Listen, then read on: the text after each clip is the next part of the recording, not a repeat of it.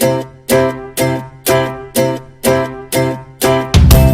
semuanya, perkenalkan nama saya Haning Kelen. Saya dari kelas 01 STK IPPGRI Banjarmasin dengan NPM 30618564141. Kali ini saya akan melakukan refleksi praktek psikologi bimbingan konseling yang diampu oleh dosen saya atau dibimbing oleh dosen saya, seorang psikologi yakni Ibu Hajah Mariam Agustina MKes Psikologi.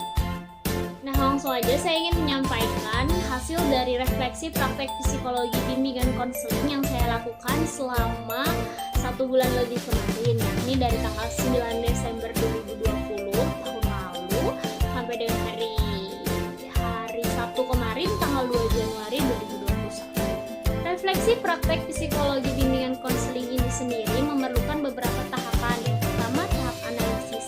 Tahap analisis yang saya lakukan kali ini, saya melakukan analisis orang siswi kelas 5 SD yang bersekolah di salah satu sekolah swasta di Banjarmasin. Siswi ini berdasarkan pengakuan dari si ibu, anaknya sangat jarang untuk membuka buku pelajaran. Anaknya sering bermain handphone seluler. Setelah saya mencek keadaan nilainya pun, hasil dari nilai yang didapat, nilai ulangan yang dia dapat sebelum masa pandemi berlangsung, anak ini mempunyai nilai yang cukup bagus. Namun setelah masa pandemi berlangsung, nilainya pun kemudian menjadi menurun. Tahap yang kedua adalah tahap sintesis. Pada tahap ini saya mengumpulkan data-data tentang si anak merupakan salah satu siswi sekolah dasar kelas 5 SD yang bersekolah di salah satu sekolah dasar swasta di Banjarmasin. Adapun sintesis yang saya dapatkan ini tentunya sangat bersifat akurat dikarenakan saya mengumpulkan dokumen-dokumennya dari sekolahnya langsung dan juga berhasil mewawancarai orang tua dari si anak. Tahap selanjutnya ialah tahap diagnosis.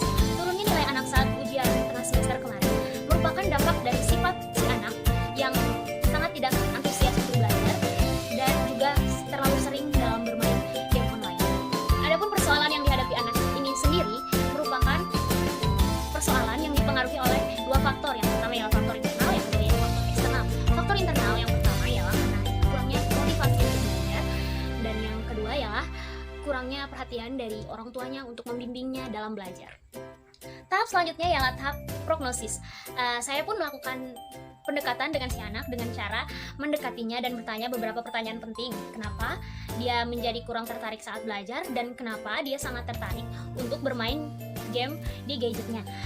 Menurut pengakuan dari si anak, ternyata saat belajar dia merasa kurang tertarik karena kegiatan belajar yang dia lakukan sangatlah membosankan.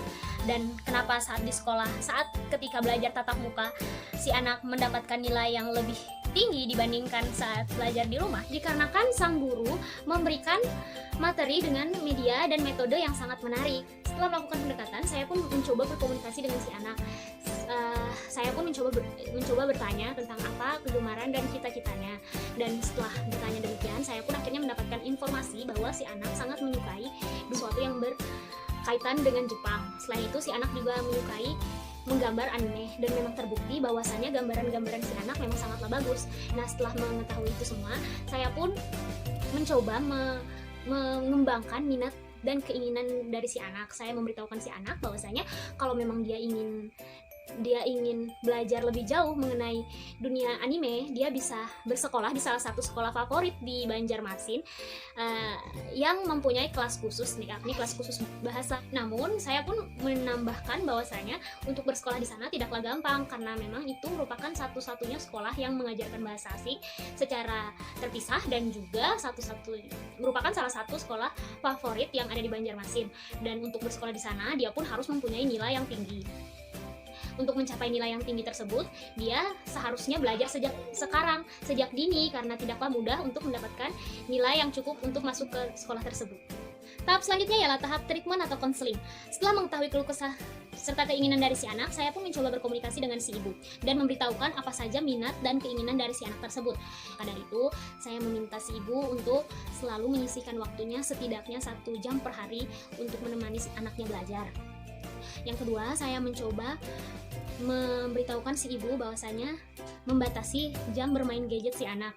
Misalnya setiap hari anak hanya dibolehkan bermain gadget selama 3 jam, 1 jam di pagi hari, 1 jam di siang hari, 1 jam lagi di malam hari. Serta saya juga mencoba membicarakan kepada ibunya, tidak ada salahnya untuk mengajarkan si anak untuk selalu membantu ibunya di rumah. Tahap selanjutnya ialah tahap evaluasi.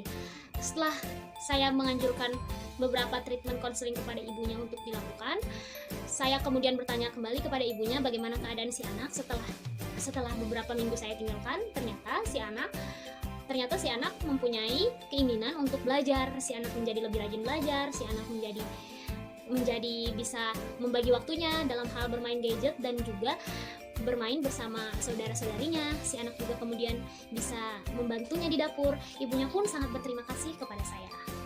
Sekian video tentang refleksi praktek psikologi bimbingan konseling yang saya buat. Terima kasih sudah menonton. Jangan lupa untuk di-like, karena dengan like kalian membantu saya untuk mencapai nilai yang bagus saat ujian akhir semester saya. Dadah, bye-bye!